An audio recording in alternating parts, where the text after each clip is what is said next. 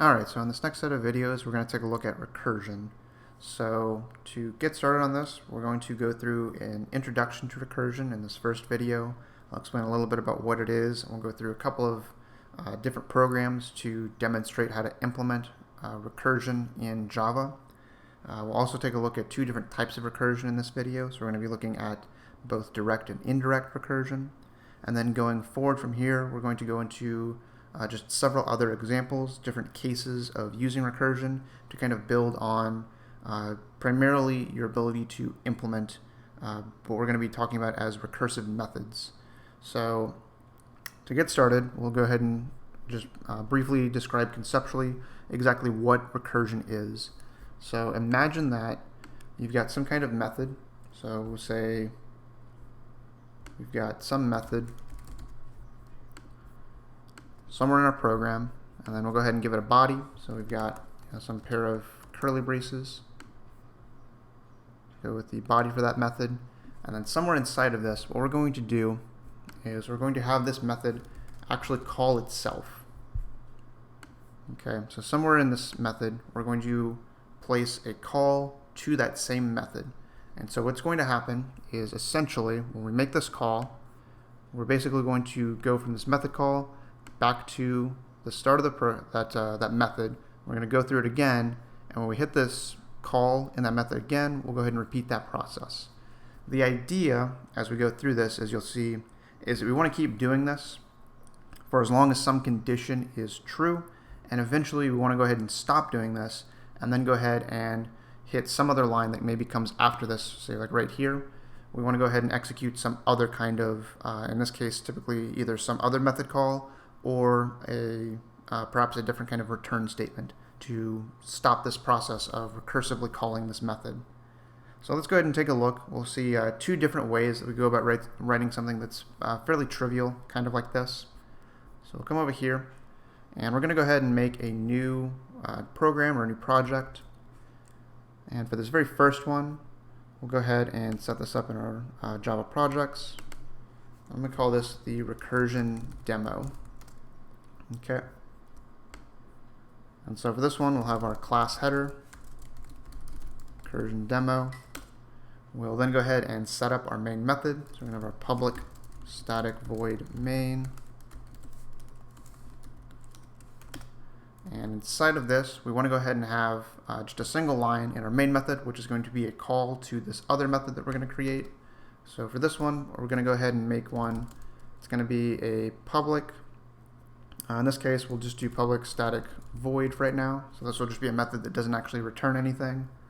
And we'll call this Recursive Message. Okay.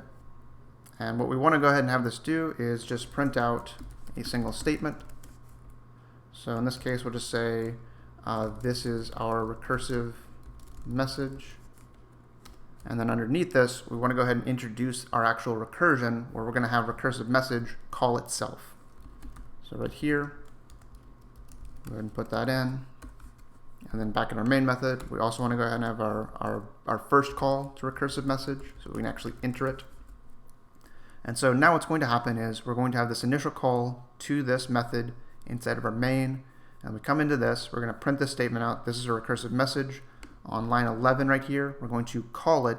So that means we're going to go back to the beginning of it because we're calling it. And we're going to repeat this process. We're going to print this out, and then we're going to hit this recursive call. We'll repeat that and just keep doing that over and over again. So if we go ahead and compile and run this, you can probably take a guess as to what's going to happen. Because of the fact that we are constantly calling this over and over again, and we don't have any kind of condition telling it when to stop, if we run this, it's just going to keep going on and on and on forever. And eventually it's going to actually hit an exception of some kind. So if we scroll through this real quick, and obviously because it was recursively calling itself, we can actually see for our stack trace, we just have constant calls to that recursive message. So it's going to kind of overflow this our stack trace. And if we look at the name of the error, it actually matches up with exactly what I'm talking about, which is that we have a stack overflow error. So in a sense, this is where the name of a particular website comes from. So we'll scroll back through all that. We'll go ahead and clear this to free up some space. So we want to go ahead and adjust this so that instead of doing this over and over again forever, we want to present some kind of condition that will eventually tell it when to stop calling itself. So the way that we can do that typically is we're going to pass in some kind of value, and that value will either constantly increase or decrease, and based on that we can determine when it is that we are done doing these recursive calls. So maybe what we actually want to do is basically something kind of like a loop with our constant print statements. So if we want to treat this kind of like a loop, we might think of it in terms of like a while loop, where we have some kind of condition like while some counter is greater than 0. We just constantly iterate through our while loop, and we also go ahead and set it up so that we're constantly decreasing that value. So you would have something like a decrement operator. If you're doing like while counter is greater than 0, you'd have like counter minus minus as your decrement operator. So we can do something similar here. So what we're going to go ahead and do is pass in a value right here. Let's say we want to run this 5 times. So we put in the value 5. We come over to our actual method header for our recursive message. We'll add in some integer. We can call it something like in. So when we initially run this, the very first time that we make a call to it from the main method, we're going to pass in the value 5. And then right here, we'll go ahead and do a quick check. We'll say while n is greater than 0. Or let's see, we'll do if n is greater than 0. We can go ahead and run these 2 lines. And so if n is greater than 0, we're going to go ahead and do this print statement, and then we're going to make our call back to our recursive message. But we also need to make sure that whenever we do this call, that there's some change to the value of n. Otherwise, if we do this, then the value 5 is just going to be used forever. So we need to go ahead and, as I mentioned before, decrement it. So we're going to go ahead and put in a pre-decrement. So we're going to go ahead and subtract 1 from it, and then actually do this call to recursive message. So we'll have this recursive call to it. So now what's going to happen is the first time we go through this, the value 5 is used for n. We come here and we see that 5 is greater than 0. That's true. So we're going to go ahead and run this code inside of this if statement. So we'll print out this is our recursive message. And then on this line, we're going to go ahead and decrement the value of n by 1. So now it's going to become 4. We're going to go ahead and call recursive message. So we're going to repeat this part right here. But now the value of n is going to be 4. So we come over to our if statement here. We're going to use 4 greater than 0. That's still going to be true. So come into the body, print out our statement, make our call to recursive message. But we're going to go ahead and decrement the value of n a second time. So right now the value is 4. We're going to go ahead and decrement that down to 3. And then we're going to go ahead and call recursive message again, and we'll just keep repeating this process until eventually, when we make this call right here, say when we get to the value 1 for n, we'll decrement that to 0. We make our call to recursive message, but when we check our if statement, we're going to do 0 greater than 0. That's going to be false, so we're not going to do any of the code inside of this if statement, which also means that we're not going to be calling recursive message yet again. So we're going to stop there, exit this if statement, and then exit our recursive message, and then come back to the main method. Okay. So if we come over here, we'll go ahead and compile this again. And now if I go ahead and run this, now we can actually go ahead and get this is our recursive message, and it's going to print out 5 times. Okay. So there's also something that we want to make note of about the order that things are occurring in when we do this. So in order to demonstrate this, I want to go ahead and take this line right here. I'm going to go ahead and move it underneath where I make my recursive call. And right here, I want to say that this is our, or let's see, this is going to be, this is, say, recursive message, and then I want a number right here. So I want to keep track of which recursive method I'm actually on whenever I'm going through this. So we'll go ahead and come over here, clear this, go ahead and compile it. We'll go ahead and run it. And so now if we take a look at this, we can actually see something kind of interesting about this. So I mentioned that the value of n is going to start at 5. And so whenever we start calling our recursive message right here, we're going to be passing in a different value.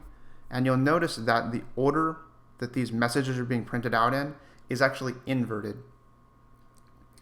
And the reason for that is because of the order of the stack whenever we were building up these recursive calls. So if we come over here, let's go ahead and remove all of this. So let's think about the very first time that we make this call to recursive method. So at the very bottom, when we do our stack trace, right here, we're going to have our main method. Okay, so that's the very first thing. Just above that, we're going to go ahead and make our first call to our recursive message method. And this very first time that we call it, we're passing in the value 5. So we'll put that here. And then, as we make this call when n is 5, we come in here, we see that that's true. And then right here on line 12, we're going to make another call to recursive message, but now we're passing in the value 4. So before we even get to this print statement on line 13, we're making another call, so we're going to add another method on top of the stack. So just above it, we're going to go ahead and put in recursive message again, but this time now we're passing in the value 4. So that's going to go on top of it. So then if we come over here again, n is now going to be 4. We'll see 4 greater than 0. That's still true. We come into here, and we again hit line 12, and we have this call to recursive message. So again, we still haven't reached line 13. So we're going to come back over here. We're going to go ahead and do this yet again. Go ahead and keep this a little bit shorter now. And for this one, we're passing in the value 3. We're going to decrement it again. So we'll put that here. And at this point, you can probably follow the pattern and see what I'm going to be doing for the next couple of them. So we'll go ahead and add in the next couple of calls that will be made to this stack. So then we're going to have 2. And place that here. And then above that, we're going to have 1.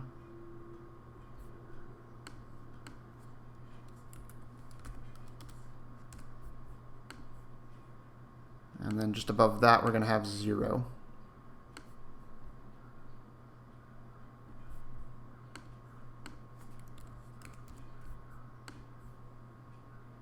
Okay. So as we go through this, we're going to see each one of these different calls. When we hit recursive message 0, so that one's going to make this false. So we're not going to execute anything else in this very first one. So we're going to stop there.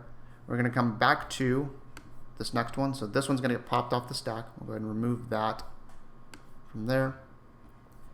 So when we come to recursive message 1, so we're done with the call to recursive message from recursive message 1. So we move to the next line. At this point, because we decremented n in line 12, this one's going to have the value 0. So that's where this first print statement comes from. That's going to come from this message hitting its print statement. So once we hit that print statement, that's going to be the end of that method. So we're done with that one. We'll go ahead and pop that off the stack.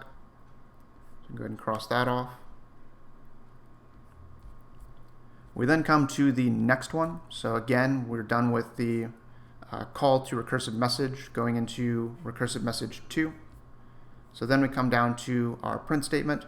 This is going to be the next value up. So from that one's scope, we saw that the value of n in that one was the value 1.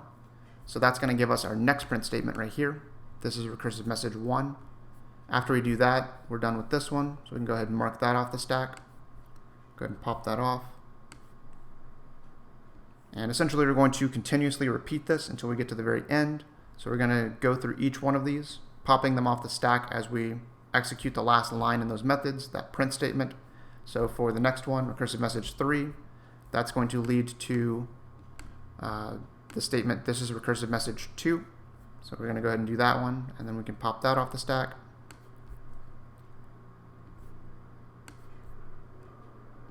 Then our recursive message 4, that gives us the print statement, this is recursive message 3.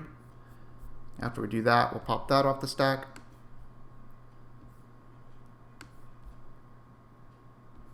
And then finally, for the last one, when we go through this last statement right here, recursive message 5, this is going to lead to the print statement, this is recursive message 4. We finish that, and then we can go ahead and pop that off the stack. And at the end of it all, we'll see that we get back to the main method. So we see that that was the call right here that was inside of the main method. So when we finish this, we are back inside of the main method, or essentially the control of this program has returned to the main method. We then go ahead and finish up here, and then we can go ahead and pop the main method off the stack. And when that happens, that's basically indicating that the program has completed, or that we're going to go ahead and terminate the program. So we'll go ahead and finish there. So this is going to be the general idea behind recursion with methods, or recursive methods. More specifically, this is talking about what is known as direct recursion. So this is going to be a case where a method is calling itself. So this is direct recursion. The alternative to this would be indirect recursion. So taking a look at this, so with direct recursion, we have a case where we have something like, say, some method like this, and at some point what we do is we basically just have some method just making calls to itself. Oops. Just making calls to itself over and over again. Okay, so we're just kind of stepping through the body. At some point we'll hit a call to it and then just kind of have it call itself. This is going to be direct recursion.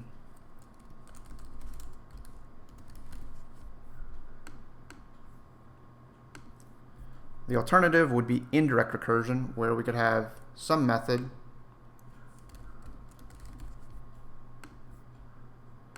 and then maybe later, somewhere inside of some method's body, it's going to make a call to another method.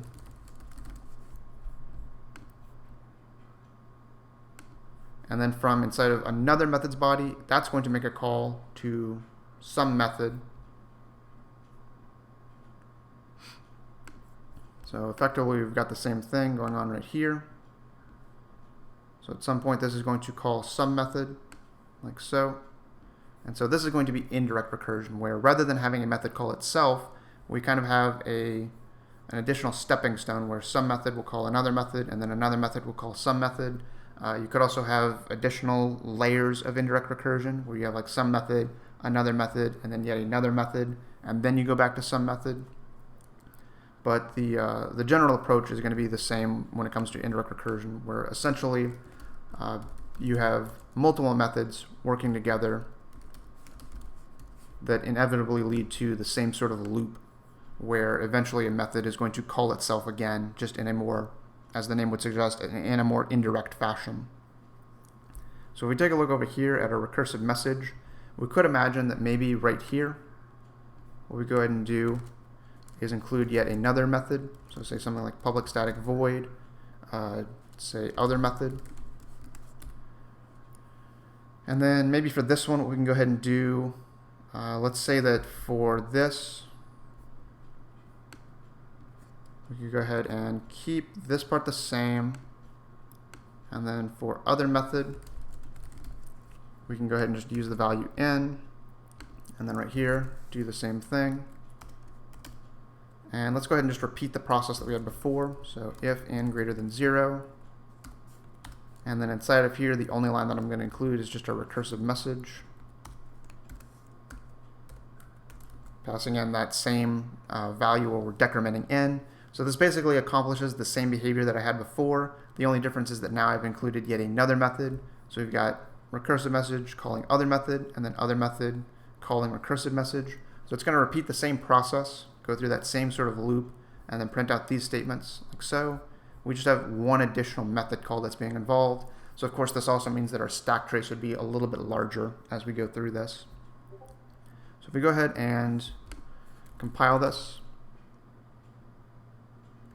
and run it, then we can go ahead and see that we still get the same result. And of course the one key difference here now also is the fact that because the ordering that I'm doing this in, since I'm doing in right here instead of leaving the decrement in right in this line, it's going to slightly change the values that I get for in on each one of those calls.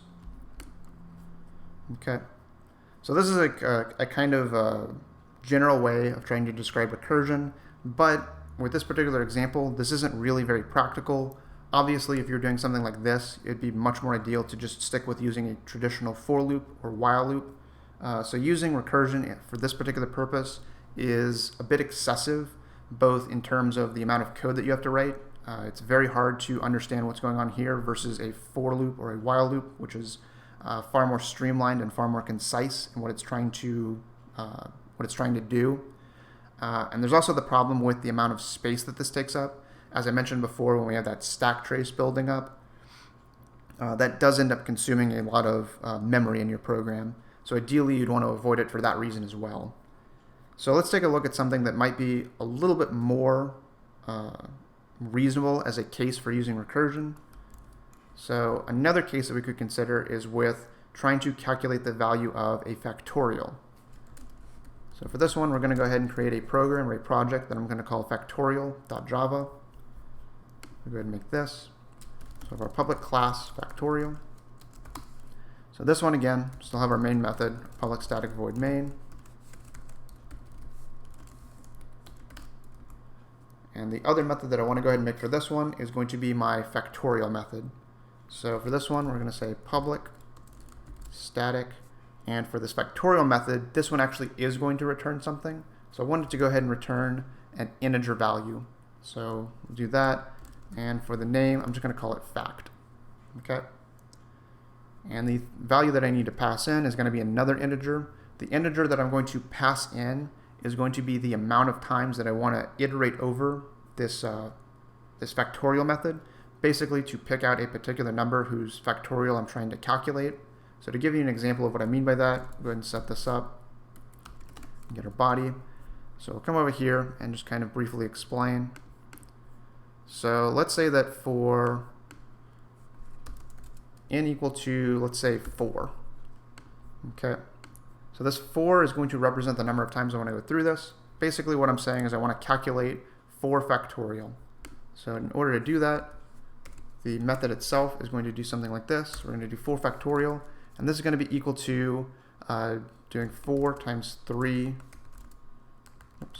4 times 3 times 2 times 1. So this is the general approach that we're going to take. So what we want to be able to do is just calculate this product of each of these numbers by using recursion. So we're going to do 4 times 3 times 2 times 1. So in order to do this, what we want to be able to do, generally speaking, with most recursive types of problems, we want to be able to take whatever our current problem is, and we want to be able to break this down into smaller subproblems. So another way that we could interpret 4 factorial is equal to 4 times 3 times 2 times 1, we want to describe this as a smaller but very similar kind of problem. So another way that we can think about this is that this is basically going to be equal to 4, the current number or the current value of n, times the remaining numbers by getting their factorial. Okay, so this is going to be equal to 4 times 3 factorial. Well, if we do 3 factorial, that's basically the same as what we have right now. It's just a little bit smaller. So it's going to be 3 factorial is equal to 3 times 2 times 1. So we've got that right here. So you can see the problem is very similar to what we had originally. We've just kind of reduced it by one value. So we'll go ahead and repeat this again. So we can say that 3 factorial is basically equivalent to the 3. So that would be the current value of n if we move into this next set. It's going to be equal to that times 2 factorial. So we can place that right here. Well, then we can go ahead and take this 2 factorial. We can break that down as well. So we've got 2 factorial. It's going to be equal to 2 times 1. So again, we've accomplished the same process. We've broken this down into yet another smaller but similar problem. And we can say that 2 factorial is equal to 2 times 1 factorial. So we'll say this is equal to 2 times 1 factorial. Go ahead and place that here. And then finally, we can go ahead and do 1 factorial. Well, 1 factorial is the simplest case that we could have. This one's just going to be equal to 1. So then when we get to the simplest case, 1 factorial equals 1, well, now there's nothing else that we can reduce this down to. So we're going to go ahead and use this as what we would refer to as our base case. So we can now take this value of 1, and we're going to use that as a sort of definition for 1 factorial. So this 1 factorial right here, we're going to go ahead and replace that as we step back up through this with that value of 1. So we're going to go ahead and use that right here instead. And then we can go ahead and just do this calculation, 2 times 1, which is effectively what we had already. So we'll do 2 times 1. That's going to give us the value 2. That's now going to be our definition for 2 factorial. So then we can go ahead and replace this 2 factorial up here with our new definition of 2 factorial, which is the value 2. So we're going to place that here. Now we can go ahead and just do 3 times 2. So we'll go ahead and get that value. That's going to give us 6. So now 3 factorial, its new definition is going to be 6. So we're going to replace this 3 factorial here with that definition we have, which is 6. Go ahead and place that right there. And then we can go ahead and calculate this. We'll do 4 times 6. That's going to give us 24. So now this 4 factorial that we had at the very beginning, so when we have n equal 4, we'll go ahead and say that this, and the end of it all, is going to be our 24 that we want. Okay? So this is going to be the general process that we use for recursion, where basically we start off at the very top with the largest and most complex problem. We slowly break this down into smaller but similar problems until eventually we get to a case for it that is so simple that we can't reduce it any further, or we can't break it up any further. And we're going to use that as our sort of like our definition, so we can slowly work our way back up through this problem and kind of redefine some of these terms, so we can go ahead and calculate this in as simple a manner as possible. So these 2 different cases that we have, these are going to be the things that we want to take into consideration most whenever we're dealing with this. These first couple of sets, these are going to be our recursive cases, where essentially we have to perform some kind of recursion to continuously break it down. And then this very last portion right here, this is going to be our base case, where we don't perform any more recursion, but instead just return an exact value that we have to work with. So now that we've seen all this, we'll go ahead and actually try to program it. So what we want to go ahead and do right here is consider those 2 different cases.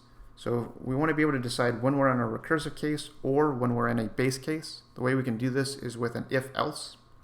So essentially what we're going to do is just say if our n is equal to 1. So if n equals 1, we know that we're in this base case, and we know that we need to return an integer. So we're just going to go ahead and return 1.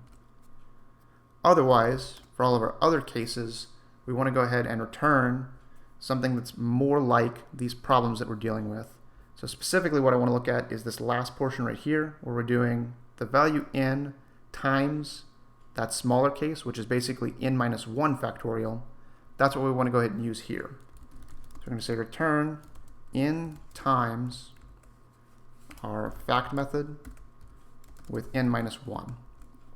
And again, this is another case right here where we're seeing what I talked about before, where at some point, somewhere inside of our recursive method, we want to make sure that we are either decrementing or incrementing that value of n. So this right here is where we see that decrementing of n. And so then once we've got all this, if we come over here, we can go ahead and make some call to our fact method, passing in some value. So let's say we start off with the value 4. And then let's also go ahead and say that we want to take that and go ahead and print that to the console. So we're going to go ahead and do system.out.println. Go ahead and save that. We'll come over here, clear our original example. Go ahead and compile our factorial.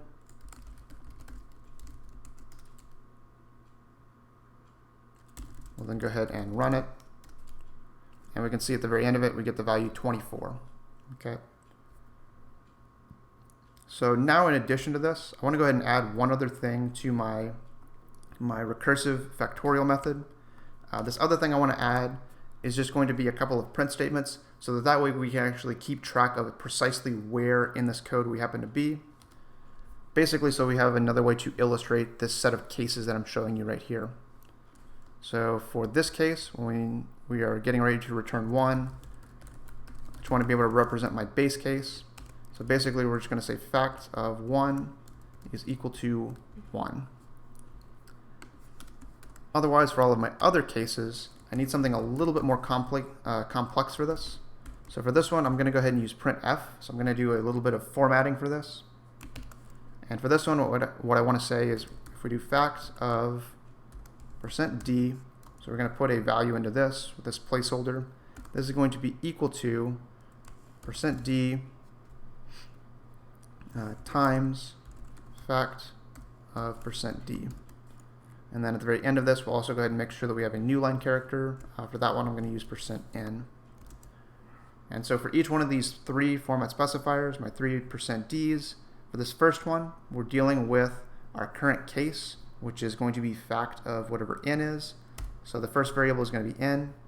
Right here, this is going to be our breakdown. So we saw for 4 factorial, we're doing 4 times 3 factorial. So we know that the next one's going to be n, so these two will match with each other. And then that last one, when we do fact of %d on this right-hand side, we're just doing 1 less than what we had. So that's going to be n minus 1. Okay. So now if we go ahead and compile this again, we'll run it. We can see each one of these different print statements. And for this part right here, we can go ahead and leave in this portion. So we can still see our result at the very end. Go ahead and compile that. And then we'll run it. And so now we can see each one of these different parts. And we can also see the order that it's going to go through each one of these in as it steps through these methods. So at the very top, we've got factorial 4 is equal to 4 times factorial 3. And then factorial 3 is equal to 3 times factorial 2. Factorial 2 is equal to 2 times factorial 1. And then factorial 1 is just equal to 1. So then if we replace each one of these method calls with the definitions that we're getting as we step back through this, basically what I did right here is I crossed each one of these off, then we can eventually get pretty much the exact same outcome, or the exact same output as what I showed in that, that conceptual description of how this code is going to work. Okay. So at this point, this is going to wrap up everything for this introduction to factorials. If you need to, I would highly recommend that you take a moment to kind of review or look over this factorial example that I gave, and also the explanation that I presented near the end of this video to make sure that you fully understand how this works. If you're still having a little bit of trouble understanding this one, you'll definitely have trouble as we move forward with more complex examples, especially as we get near the end of the set of examples I'm going to go through. Some of the examples I use near the end are much more complex than this. So take the time to go ahead and review this a little bit to make sure that you fully understand this. Going into the next couple of videos, I'm going to start taking a look at other types of methods, including things like looking at the Fibonacci sequence, being able to calculate the greatest common divisor between two numbers, being able to calculate the sum of a segment from an array, so essentially a subarray. We'll also take a look at more complex problems like a recursive binary search. We'll look at the Towers of Hanoi problem. And to wrap this up, I also want to look at being able to use recursion with graphic elements by looking at what is known as Sierpinski's gasket or Sierpinski's carpet.